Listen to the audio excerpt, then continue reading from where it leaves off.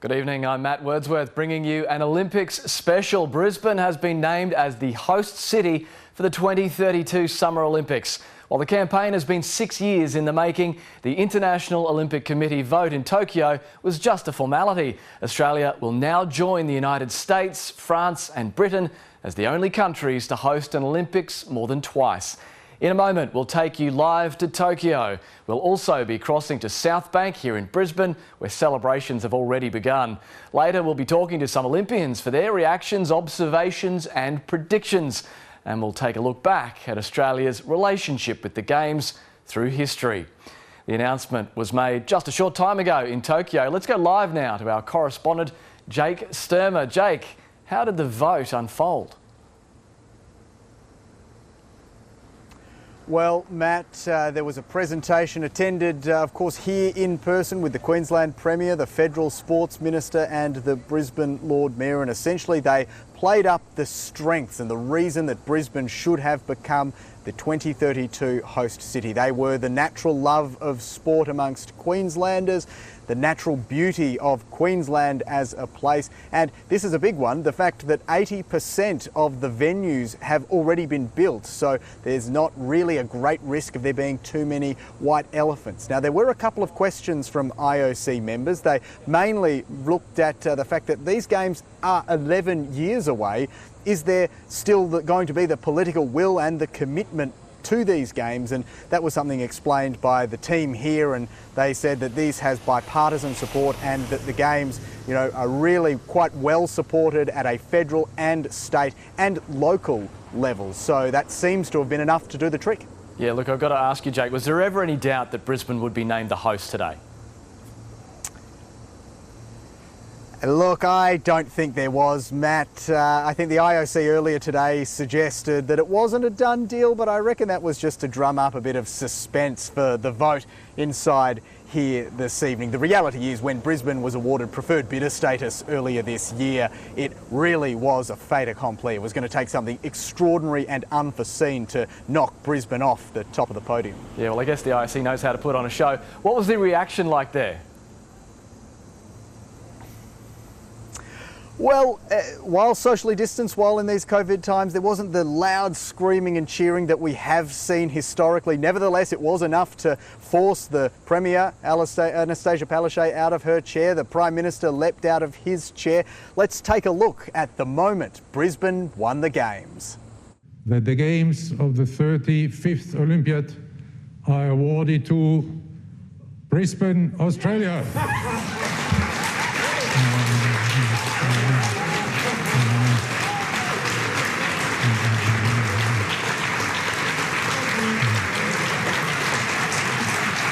To everyone listening back home, I'm so excited. I have so much pride in my state for our people.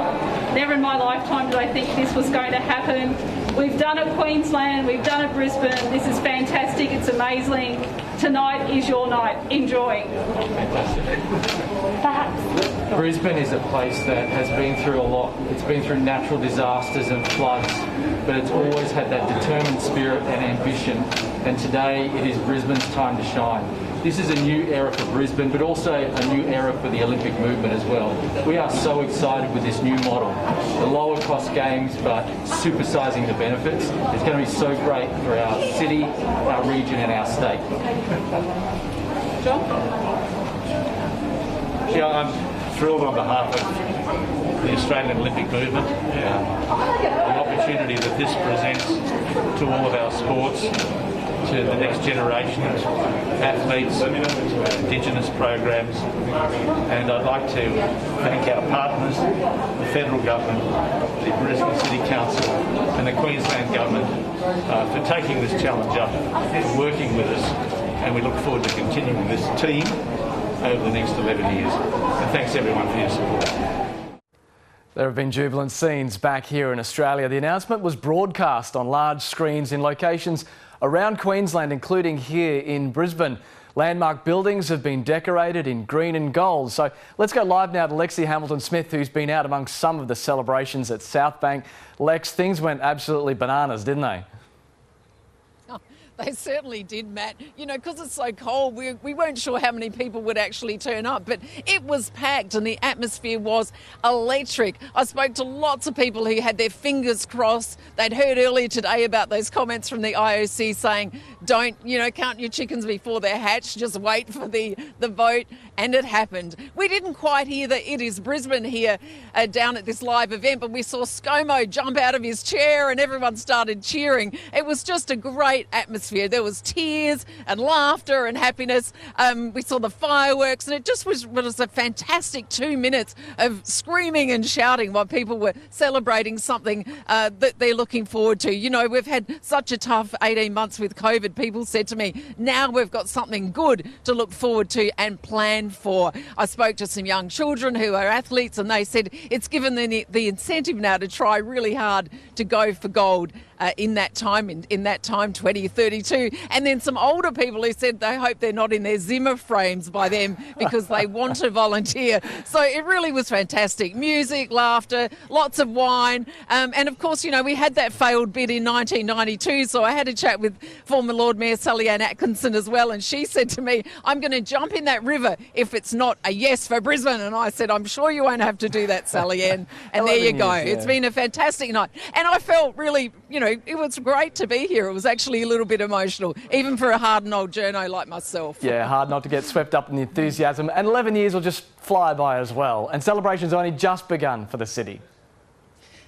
Look, they really are. I mean, it's an 11-year party with certainly a lot more planning to do. That Stephen Miles just said to us all, instead of saying maybe one day now, it is happening. And they've already had a lot of planning underway. I'm told that 85% of venues are already ready to go, of course, because we had a lot of them ready, set, for the Commonwealth Games, so they will be reused again. And in a way, that was what helped us win that bid, because we could keep the price down because we'd already done it for those games as well. And also the state government has promised millions of dollars to help some of those young promising athletes to go for gold in 2032. So there's a few diehards still here tonight. They're going to be partying for a few hours' time. And of course, it is a live Olympic live event. So they want people to come down here and watch the events. The soccer and hockey have already started. I've been watching that just a little bit between our breaks here. So South Bank Central is Olympic Central right throughout the whole event. So come down anytime, and certainly for the opening ceremony. Brilliant. And the Matildas are on in just over an hour too, so it'll be a big night. Thank you, Lexi Hamilton-Smith down there at South Bank. There is a long way to go before South East Queensland has the infrastructure needed to be Games ready by 2032, but unlike previous Olympics, organisers say more than 80% of venues already exist or can be temporarily set up to host the event. Lily Nothling explains.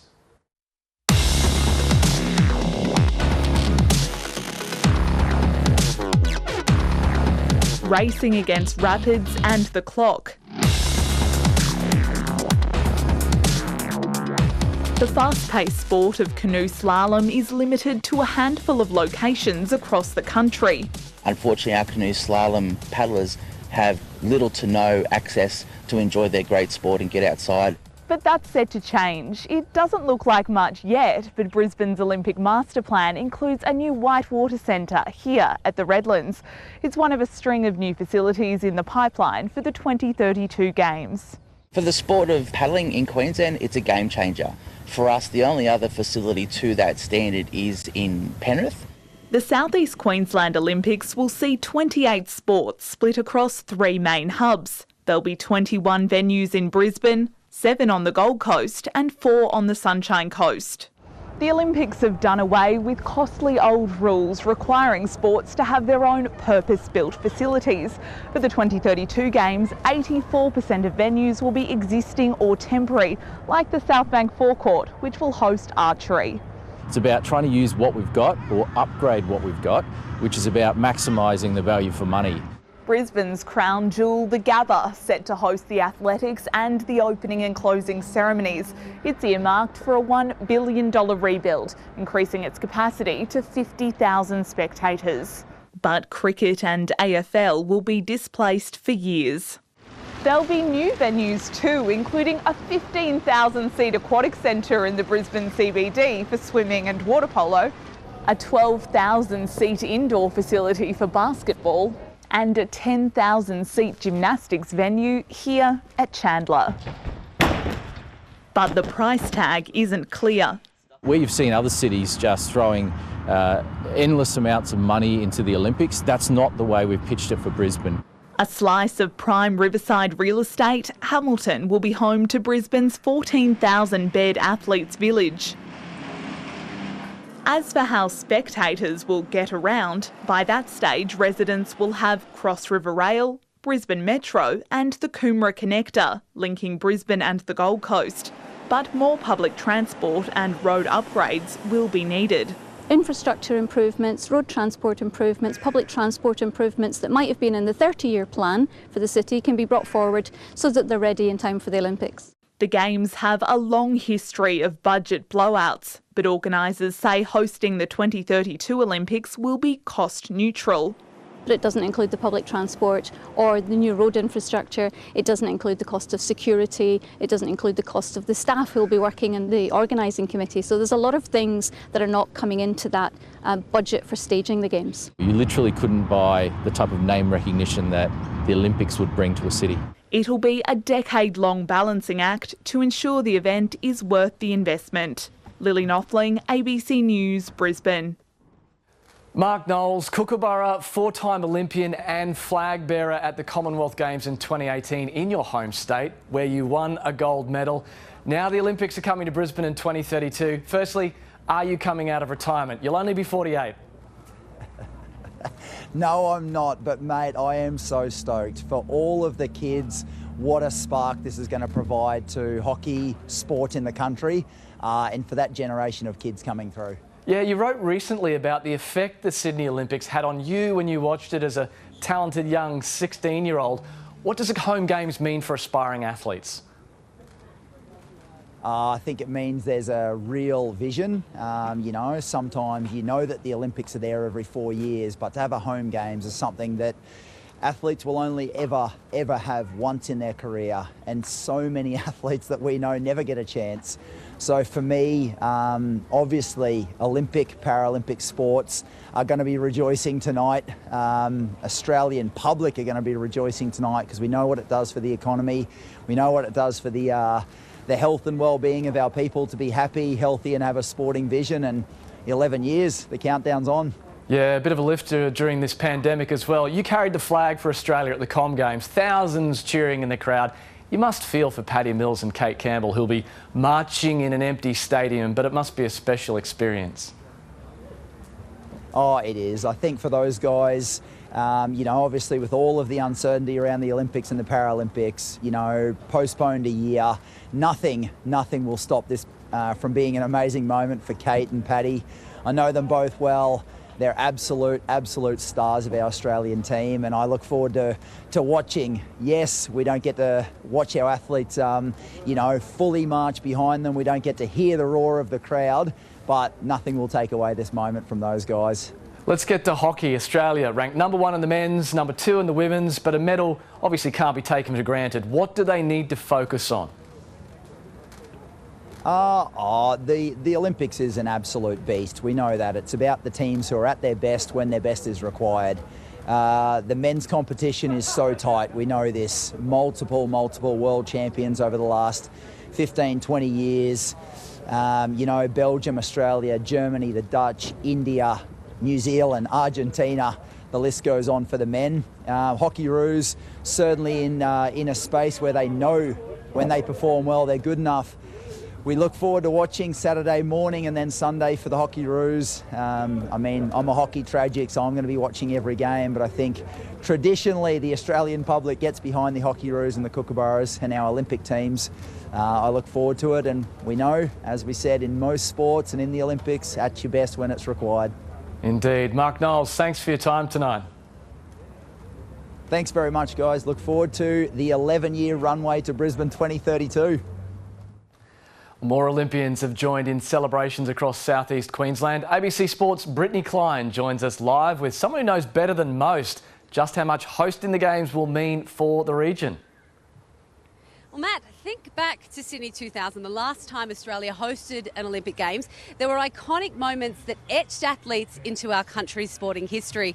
And one of those athletes was the man who joins me now, silver medalist, he's giving it away, jumping Jai Wallace. Jai, you are a Brisbane local. Tell us, what does tonight, this announcement, mean for the city? Incredible. Can you imagine what it's going to be like for 11-year-olds, 12-year-olds that are going to be 11 years and 12 years in advance? They're going to be here jumping for Jai in the trampoline arena. It's going to be so exciting for the whole entire city. I can't believe it. I was jumping for joy. Yeah, I was going to say, I think you mean jumping for joy. What was it like being here as a former Olympian and hearing those words that your hometown would be announced and would be hosting the Games in 2032? You'd never have ever thought about it. And the fact that I get to do it twice, one time in Sydney and here in my hometown in Brisbane, it's so exciting. Not only are the kids going to be inspired to keep going harder and stronger and faster together, but also it should inspire people just to get off the chair, get out of the house, get out there and just be a little bit better tomorrow than they are today.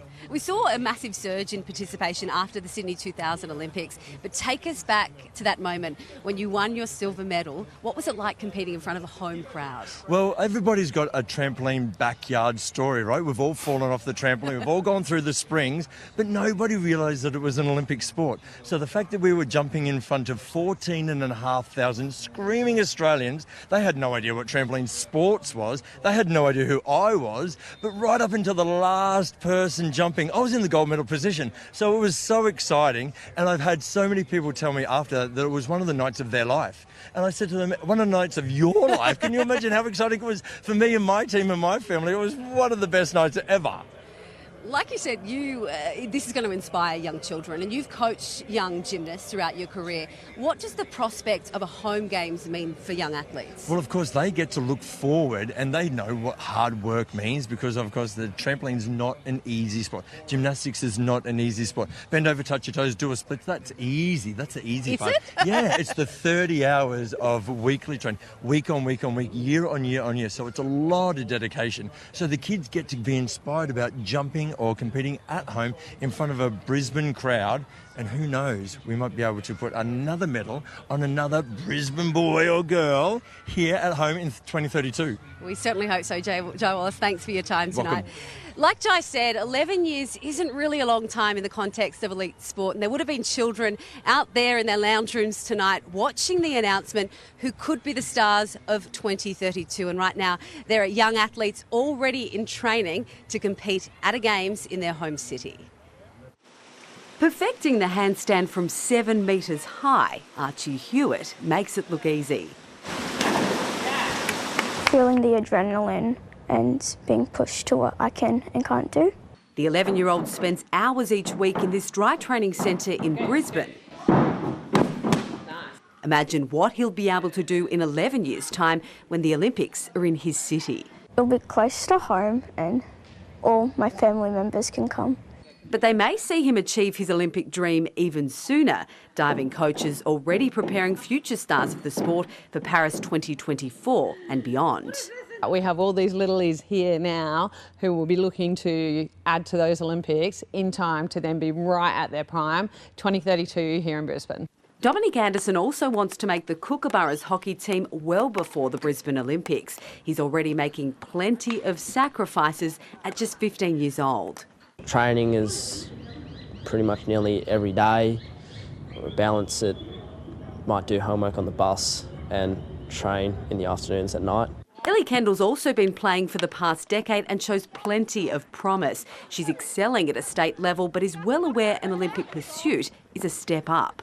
Like, of course, there's going to be people that help you along the way, but, you know, you have to get up early to do those morning skills or those morning runs. You got to make sure you're eating well.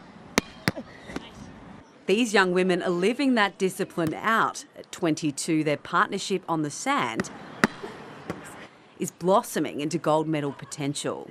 We're gymming 3 times a week, we're training every day. We have a couple of coaches and also a performance coach that we're working with. They're both too young to remember the last Olympic Games in Australia, but have studied that gold medal moment from Bondi in Sydney 2000. Don't worry, I've watched that game so many times and experienced so much emotion. You can see how much passion those women played with, and that home crowd, the way that Nat Cook interacted with the crowd at home. It seems like something special. What's also remarkable, with an 11-year runway, there's still untapped talent out there. Like literally the kids that will be going to that sort of Olympics, they're like our little E's, all the way through to bringing new kids in, and we want to start testing for those kids for that Olympics now. Watching the green and gold over the next 3 Olympic cycles will give them a taste of what they're aiming for. If that's not going to encourage kids to play one of the best sports in the world, I don't know what is. A chance to be one of the greats in Australian sporting history from their own backyard. Brittany Klein, ABC News, Brisbane. Australia has a rich history of hosting the biggest events on the planet, 2 Olympics and 5 Commonwealth Games. In fact, no country has staged the Commonwealth Games more times, and each time it develops the nation a little more, physically through the venues and culturally through the relationships made with athletes from around the world. But perhaps more importantly, it forces us to reflect on who we are. So we've delved into the ABC archives to show how the Games were done from the 1930s to the new millennium. The 1938 British Empire Games in Sydney was the first major international sporting event to be held in Australia. 600 chosen athletes led by representatives of the mother country herself. It was timed to coincide with the country's sesquicentenary, 3 months of celebrations from Australia Day to Anzac Day. Prefiguring the large protests of later years, Aboriginal activist groups from different states joined for the first time to declare January 26, 1938, a day of mourning. The National Museum of Australia says the Sydney Aboriginal community refused to take part in the reenactment of the landing of Captain Arthur Phillip and fleeing before him. So men were brought in from the Menindee mission and threatened with the removal of rations if they didn't participate. The Games, however, were an enormous sporting success. Australia topped the medal tally for the first time, helped by 5 gold medals from Decima Norman, a haul not beaten until 1998. The greatest girl sprinter this country has ever produced. Hats off to little Decima Norman, champion and Australian. All the athletes were great friends, always anxious to help one another. In those days we ran primarily for our club, and then if we were lucky enough to be in an Empire Games, we ran for our country. Just 19 months later, the world would be at war. Athletic careers were put on hold. Silver medalist Gerald Backhouse would be killed serving in the RAAF.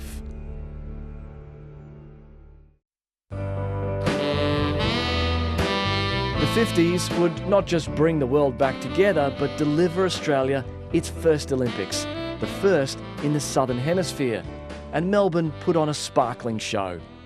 The torch was like holding fireworks for a young Ron Clark, who carried it into the stadium to light the cauldron, embers flying everywhere. It was singeing my arm and putting great holes through the t-shirt I had on. 1956 would herald Australia as a sporting force. A tiny nation scrambled to 3rd on the medal tally, and with television introduced just in time, the Games made athletes into stars. Gold medalists like Dawn Fraser, Murray Rose and sprint queen Betty Cuthbert, who won the 100 and 200 metres at the age of 18.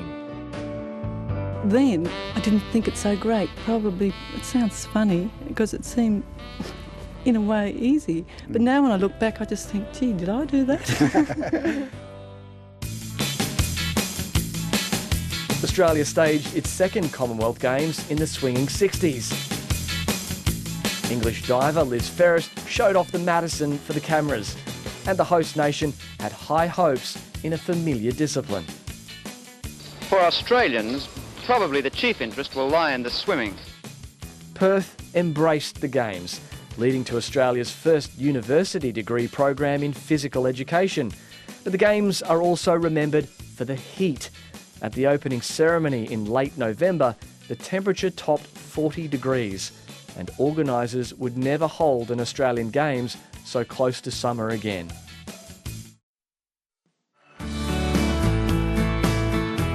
In In 1982, it wasn't an athlete who stole the show. It was a 13-metre high mascot with just the bat of an eyelash. Matilda also had a surprise in store for the 60,000-strong crowd, a troupe of little Joeys who then bounced on trampolines. It's going to be a tough act to follow for Brisbane 2032, even with 50 years distance. Geraldine, I think they've slayed them. I think so. What do we want? What do we want? As in 1938, it also galvanised Indigenous rights activists. About 200 marched towards the QE2 stadium, but were intercepted by police.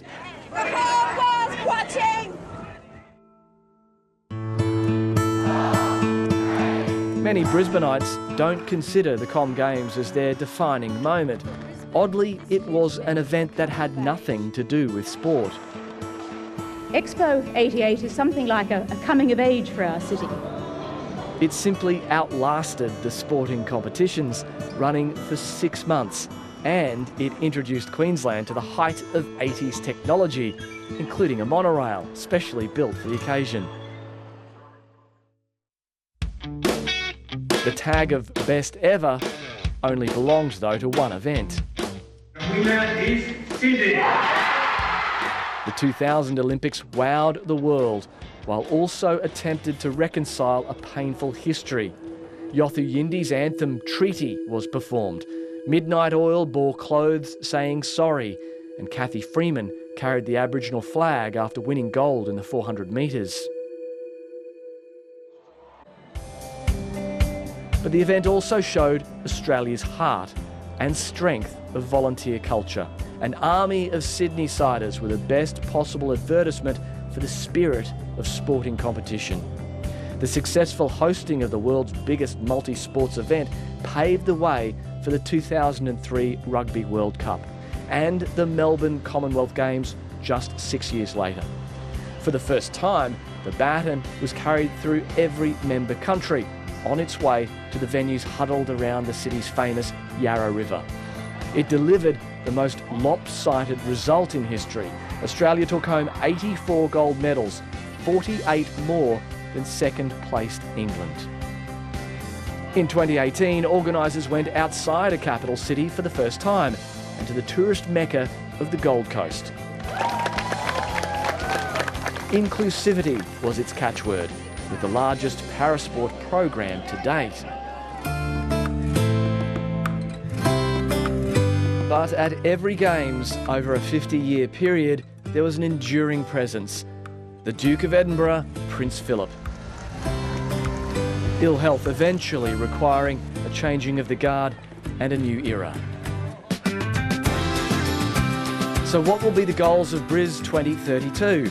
The Olympic ideals of faster, higher, stronger, but you can also bet greater strides in reconciliation, multiculturalism and inclusivity. And let's get back into the present and down to the Gold Coast, home to one of our greatest triathletes, Emma Moffat, who's recently been inducted into the Triathlon Australia Hall of Fame. Emma, thanks for being with us. You've had an incredible Olympic journey. You've experienced the highs of a podium finish in Beijing and the lows of a race-ending crash in London. Does a night like this bring all those feelings back? It does. It's exciting to hear that Brisbane is going to get the 2032 Olympics, but I think more than my memories, it's probably the memories that are going to be created by little kids that are around Australia now that get to have a home Olympics, and they've got all that ahead of them to look forward to. Yeah, the triathlon's going to be in your backyard in 2032. I'm guessing there's already a big triathlon community, but what kind of impact will that have on the Gold Coast as a training base over the coming years? Yeah, it is. There is already a great triathlon community here. You see lots of people all the time out and about training, and I think that'll only get bigger and stronger, and I'm sure that we'll see a lot more probably international teams basing themselves around here, considering that it will be the future of the Olympics in 2032. Yeah, people are saying the team we're sending to Tokyo is a strong one. How do we rate our medal chances in the men's, the women's and the new mixed relay? Australia always has a strong triathlon team. We have a great history there with getting medals at the Olympics. So hopefully this year it's no different, and with the new mixed relay team, I guess that's very unknown. So hopefully the Aussie athletes that are going over there are going to produce some really good results and hopefully come home with some medals. Yeah, I'm sure your eyes will be right on those races. You're known as one of the mentally toughest competitors. What advice would you give our young athletes? I think I would just let them know that you have to believe in yourself, but never rely on talent alone. I think that if you believe in yourself, you can go a long way. So yeah, believe in yourself. All right, good words. Emma Moffat, thanks so much for your time tonight. Thank you. If you're wondering how you could play a part in the Brisbane Games, volunteering might be the answer. But what does it take?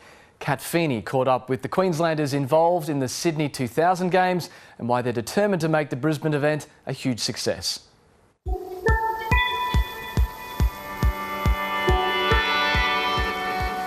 They were great in number and brimming with enthusiasm. An army of 47,000 volunteers who brought broad smiles, lots of love and many helping hands to the Sydney 2000 Summer Games. It was a labour of love for Forest Lakes Barry and Judith Weston, one of many married couples who couldn't wait to volunteer. We just saw the ad in the paper and we just thought it'd be a nice thing for us both to do. 20 years on and the memories and uniforms show no signs of fading. It was an amazing experience and it was happy every day. The chance to relive that happiness in their hometown of Brisbane can't come soon enough. Well, I'll be delighted because I'll be nearly 100. My Barry can celebrate his 100th. No, I won't be 100, I'll be 97 actually. That was Julia Bowie's plan when she moved from Brisbane to Sydney just before the city sealed the deal. And I figured that if Sydney became the host games that I would love to volunteer and do like my civil service. The title of VIP liaison to the Japanese delegation at the Paralympic Games is one of many badges she wears with pride. Oh, hopefully I can volunteer. I would love to be a volunteer again if I had the opportunity to. It's a similar story on the Gold Coast. Once Antonio Samaranch said, and the winner is Sydney, and that's when the fun started. A spectator at Sydney 2000, John Muller made sure he volunteered at the 2018 Commonwealth Games. Now he's determined to add an Olympic uniform to his collection. It's enlightening to be able to compare the rest of the world when they're visiting us here. So, young and old, it's an educational process as well as being a fun exercise. I'll be there. There is no doubt people will turn up to volunteer for the Brisbane 2032 Olympic Games, but you might be wondering, how will they be turned out? This was the height of volunteer fashion back in the year 2000, but a brand new Games calls for a brand new look. Local designers are already dreaming big. It's funny, before we knew that it was going to be in Brisbane, we'd started to talk about what are the aspirations for Magpie Goose, and Olympic uniforms was one of them. And so now HQ's here and so's the Olympics, so fingers crossed the dream might come true. And you want to have a look too, look. As for our volunteers, it's clear they hope their legacy lives on. I'd certainly hope that some of my family would volunteer. Volunteer no matter what job you can get, no matter what. Volunteer in any capacity.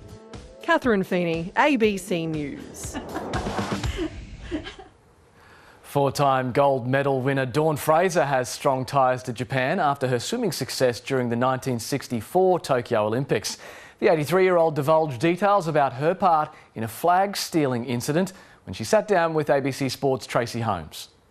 I admitted to being part of a three-person team that stole the flag, and as the policeman said, if you want souvenir, you go shop and buy it. And next day I had it given to me by the Emperor. Take us through what happened that night. Oh, well, the hockey boys had won a bronze medallion, and I was away from the team for the week.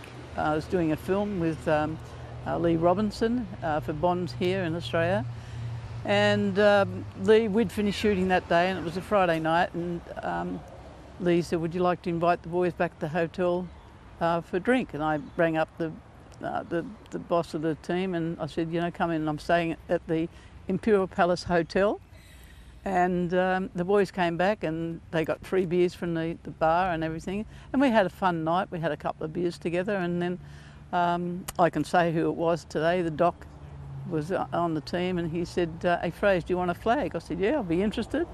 And one of the hockey boys came, and the three of us went up the street, and we got 2 flags down.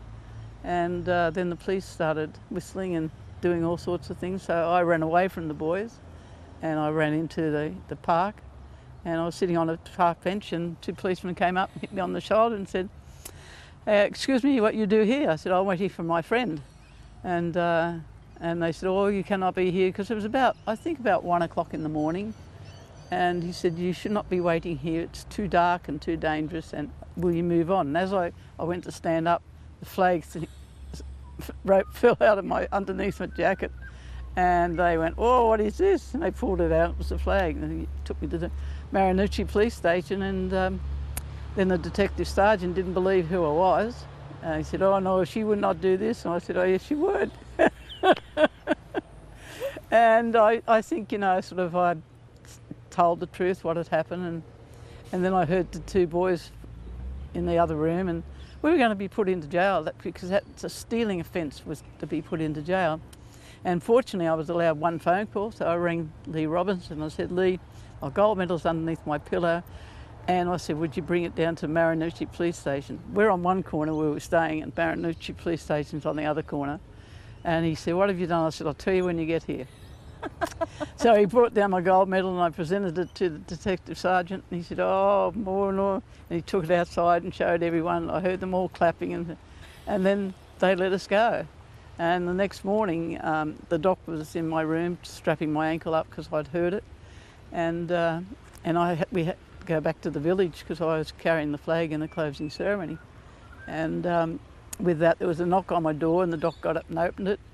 And this policeman came in with a big box of flowers, and he said, open up quickly." And there was a letter from the Emperor saying, "Here's your souvenir. Please take it back to Australia." And that's how I got the flag. And it taught me a lesson that if you ever want anything, just ask for it. And not go and steal it. And that's all we have time for in this Olympic special. Brisbane will host the 2032 Olympic Games. If you missed anything, you can catch up on ABC iView. Have a great evening.